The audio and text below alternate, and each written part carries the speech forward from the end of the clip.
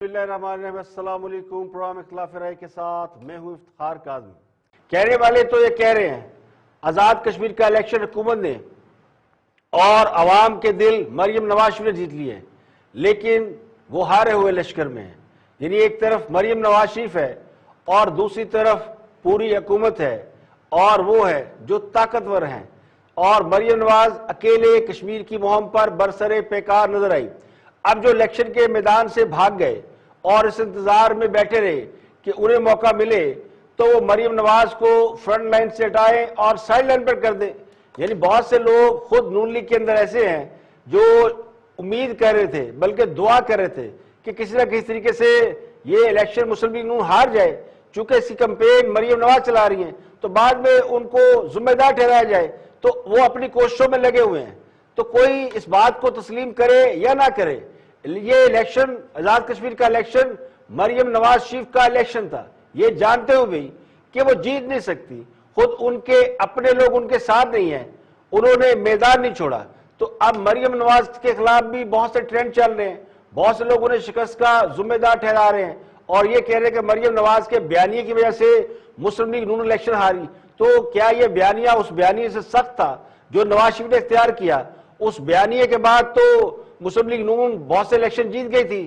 یہ سوال اپنی جگہ پہ ہے کہ اگر مریم نواز کی جگہ کوئی اور کشمیریوں کو مفاہمت کے ستو پلا رہا ہوتا تو کیا مسلم لیگ نون یہ الیکشن جیت جاتی؟ اور یہ الیکشن اگر مریم نواز یا نواز شریف کے بیانیے کی وجہ سے ہارا گیا ہے تو یہ جو پیچھے 8, 10, 11 بائی الیکشن ہوئے یہ کس کے بیانیے کی وجہ سے جیتے گئے؟ اس وقت تو بیانیہ بہت اگریسو تھا، بہت جارحانہ تھا، اور اس سے کہیں زیادہ تھا۔ ان جلسوں میں جو آزاد کشمیر ہوئے ان میں تو مریم نواز کی زبان خاصی ڈیفرنٹ تھی، خاصی پولائٹ تھی، اور اس میں تو ان کا فوکس عمران خان تھا۔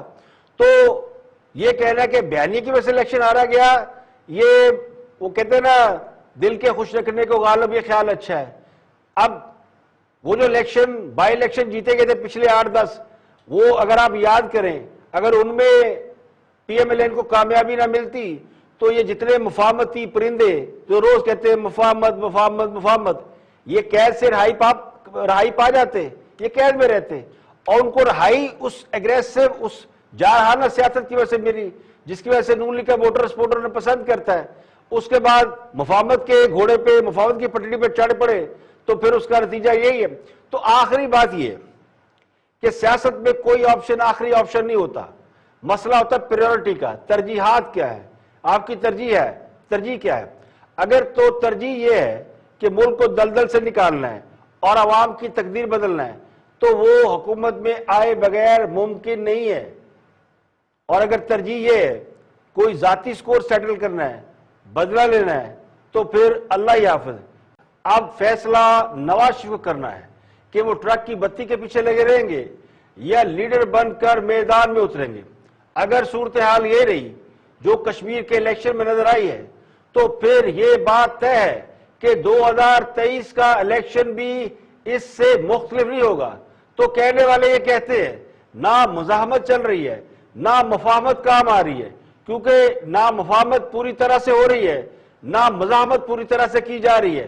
تو نواز شریف کو یہ فیصلہ کرنا ہوگا کہ اگر مزاحمت کرنا ہے تو بھرپور طریقے سے کرے، اور اگر مزاحمت نہیں کرنا تو مفاہمت کا ڈرامہ بند کیا جائے۔ درمیانی راستے اور چور دروازے وقتی کامیابیاں تو دلا سکتے ہیں، لیکن اس سے ملک اور عوام کی تقدیر نہیں بدلی جا سکتی۔ اب تبدیلی کے دعوے تو کیے جا سکتے ہیں لیکن تبدیلی لائی نہیں جا سکتی۔ حکمران جماعت خود یہ دعوے کر رہی ہے کہ مسلم لیگ نون اپنے بیانیے کی وجہ سے ہاری ہے۔ مریم نواز کا شکریہ ادا کر رہی ہے کہ اگر مریم نواز مزاحمتی بیانیہ اختیار نہ کرتی تو تحریک انصاف کو جیت نصیب نہ ہوتی، تو پھر حکومت کارکردگی کی بنیاد پر الیکشن جیتنے کا دعویٰ کیسے کر سکتی ہے؟ اب حکمران جماعت یہ دعویٰ کر رہی ہے باقاعدہ کہ وہ کارکردگی کی بنیاد پر الیکشن جیتے ہیں، تو اس کا مطلب یہ ہے کہ پچھلے جو 10-11 بائی الیکشن میں حکومت ہاری تھی تو حکومت کی کارکردگی واقعی خراب تھی، اور ان پر جو تنقید کی جا رہی تھی وہ واقعی جائز تھی، اس لیے تو وہ ہارے۔ تو آج حکومت یہ مانے کہ ہاں جو لوگ ان پر تنقید کر رہے تھے وہ ان کے مخالفین نہیں بلکہ ان کی کارکردگی پر تنقید کر رہے تھے، اور کارکردگی کی بنیاد پر ہی وہ الیکشن ہارے۔ آج وہ سمجھتے ہیں کارکردگی اچھی ہے تو وہ جیت گئے ہیں، لیکن کارکردگی کا عالم یہ ہے کہ کوئی ایک جلسہ بھی ایسا آزاد کشمیر میں کسی نے نہیں کیا جس میں حکومت نے اپنی کارکردگی پیش کی ہو، سوائے ایک دوسرے پہ الزام تراشی، گالم گلوچ اور بچوں کو برا بھلا کہنا۔ اس کے سوا کیا ہوا؟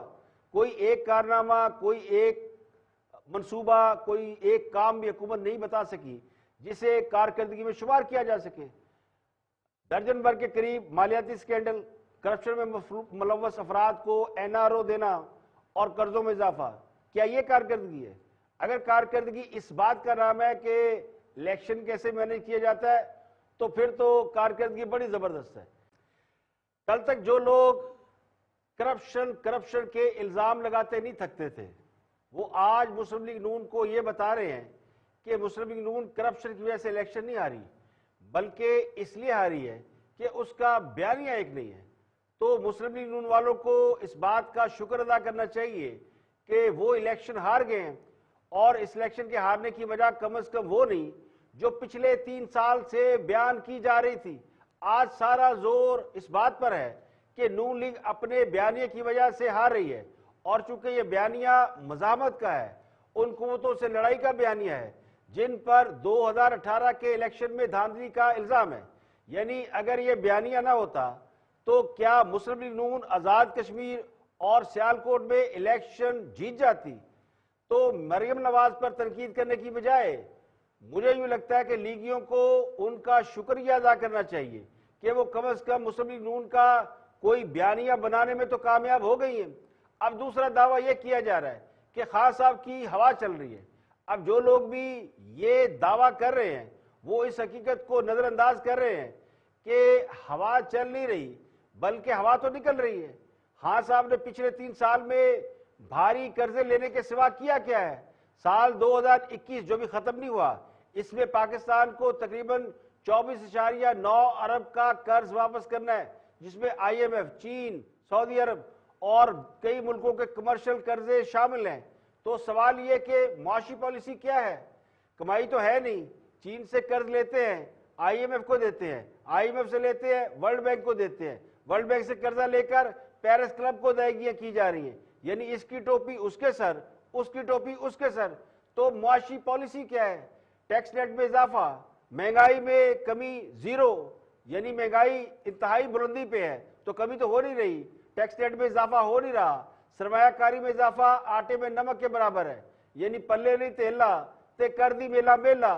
اب جس حکومت کی کارکردگی یہ ہے کہ آمدنی 54 اور خرچہ روپیہ ہے، ان کی ہوا کیسے چل سکتی ہے؟ ان کا ڈنڈا، زور، اختیارات تو چل سکتے ہیں کیونکہ حکومت ان کے ہاتھ میں ہے، لیکن جو اصل معاملہ ہے، جو اصل مسئلہ ہے وہ تو پرفارمنس کا ہے، کارکردگی ہے، اس میں سے کتنے نمبر ہیں۔ اب آزاد کشمیر اور سیالکوٹ کا الیکشن جیتنے سے کوئی اگر یہ سمجھتا ہے کہ حکومت بڑی پاپولر ہے تو وہ تاریخی حقائق کو جھٹلانے کے مترادف ہے، بلکہ احمقوں کی جنت میں رہنے والی بات ہے۔ جب مسلم لیگ کاف حکومت میں تھی تو بڑے زور پہ تھی، مشرف صاحب پریزیڈنٹ تھے، وہ بھی اپنے کاغذات میں ہر الیکشن جیت جاتی تھی۔ پیپل پارٹی کے ہاتھ سے اقتدار کیا نکلا؟ وہ سندھ تک محدود ہو کر رہ گئی۔ یعنی وہ ایک شعر ہے، دیوار کیا گری میرے کچے مکان کی، لوگوں نے میرے گھر سے رستے بنا لیے۔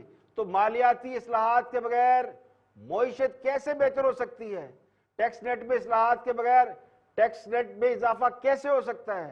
اور خارجہ تعلقات کو بہتر کیے بغیر دنیا کے ساتھ بزنس کیسے ہو سکتا ہے؟ فیٹ اف سے نکلے بغیر کاروبار کیسے بڑھ سکتے ہیں؟ کوئی چراغ کا تو جن ہے نہیں کہ چراغ رگڑا اور جن حاضر۔ قرضوں کو مینیج کرنے کے لیے قرضے لیے جائیں اور اخراجات کم نہ کریں تو قرضوں میں کمی کیسے ہو سکتی ہے؟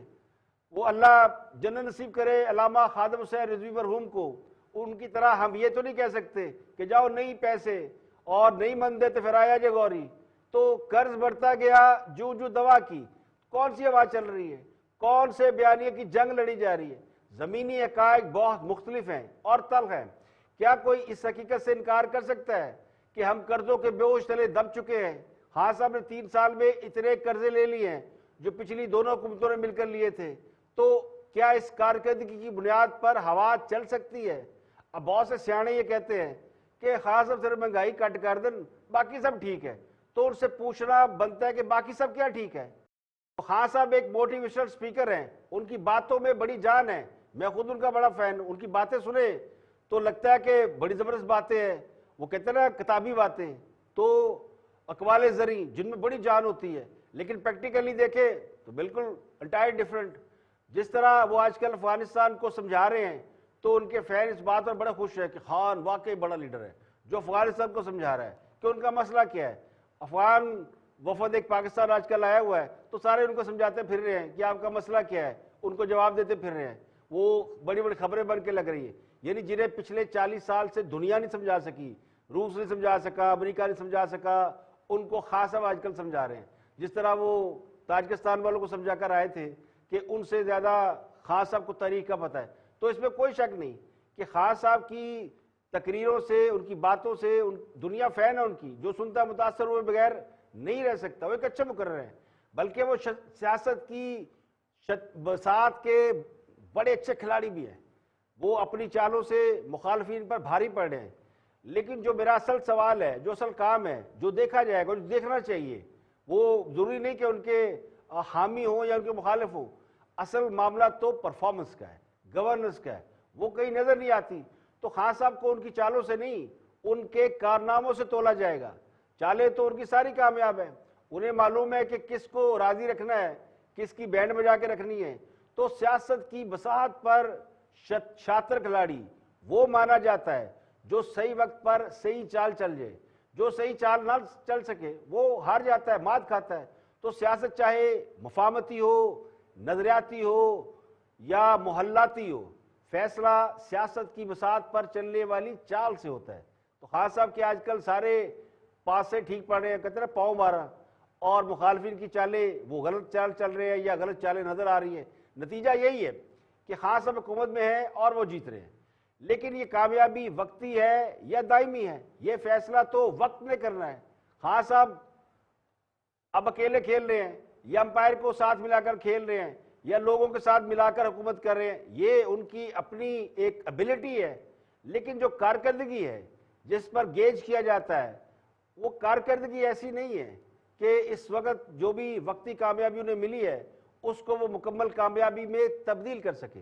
تو بے شک بازی خان صاحب کے ہاتھ میں ہے، لیکن تاریخ گواہ ہے کہ جب فیصلہ مکمل طور پر لوگوں کے ہاتھ میں آتا ہے تو ہوا چلنے والوں کا دعویٰ کرنے والوں کی ہوا نکل جاتی ہے. تو کھیل ابھی ختم نہیں ہوا. خان صاحب نے امیدوں کے چراغ اور ٹرک کی بتیاں دکھا کر لوگوں کو جس طرح سحر زدہ کیا تھا اور 2018 کا الیکشن جیتا تھا، وہ سارے فلاپ ہو چکے ہیں. اس لیے اب ہوا چلنے کا تاثر دے کر کامیابی نہیں ملی، اب کارکردگی باقاعدہ دکھانی پڑے گی. پاکستان پیپل پارٹی کے چیئرمین بلاول بھٹو نے پاکستان کی سیاست میں ایک دھماکہ کر دیا ہے. بلاول بھٹو نے یہ اعلان کیا ہے کہ عام انتخابات کسی بھی وقت ہو سکتے ہیں، اس لیے کارکن الیکشن کی تیاری کرے.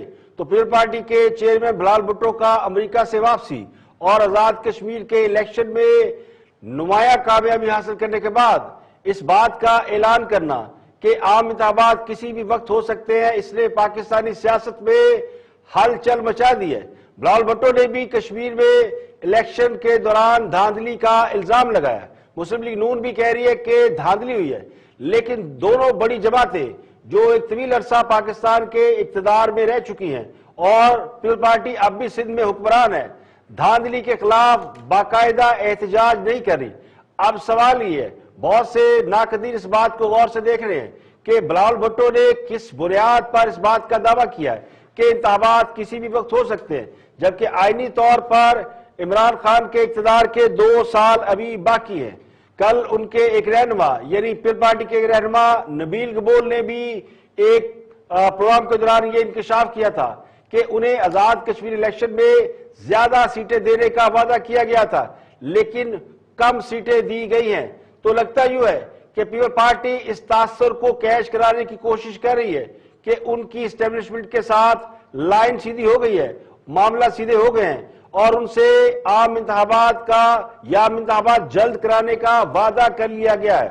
بلاول بھٹو جب سے امریکہ سے ہو کر آئے ہیں تو ان کے لیے اچھی خبریں مل رہی ہیں. بلاول بھٹو نے یا ان کی جماعت نے آزاد کشمیر الیکشن میں مسلم لیگ نون سے زیادہ بڑے جلسے تو نہیں کیے تھے، لیکن سیٹیں ان سے کہیں زیادہ حاصل کی ہیں.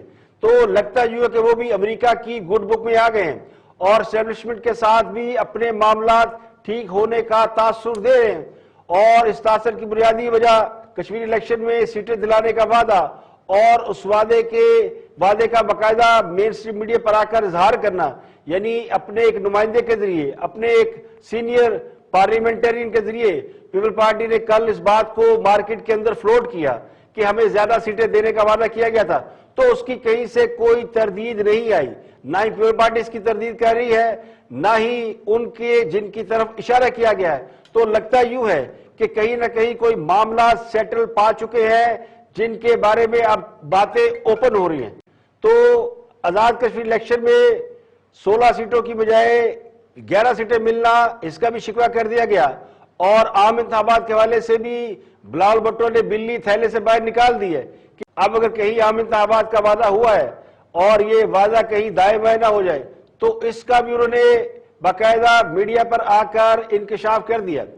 اب سوال یہ ہے کہ کیا سیاسی جماعتوں، خاص کر اپوزیشن کی جماعتوں کے ساتھ عام انتخابات کا وہ بھی جلد کرانے کا کوئی وعدہ کر لیا گیا ہے؟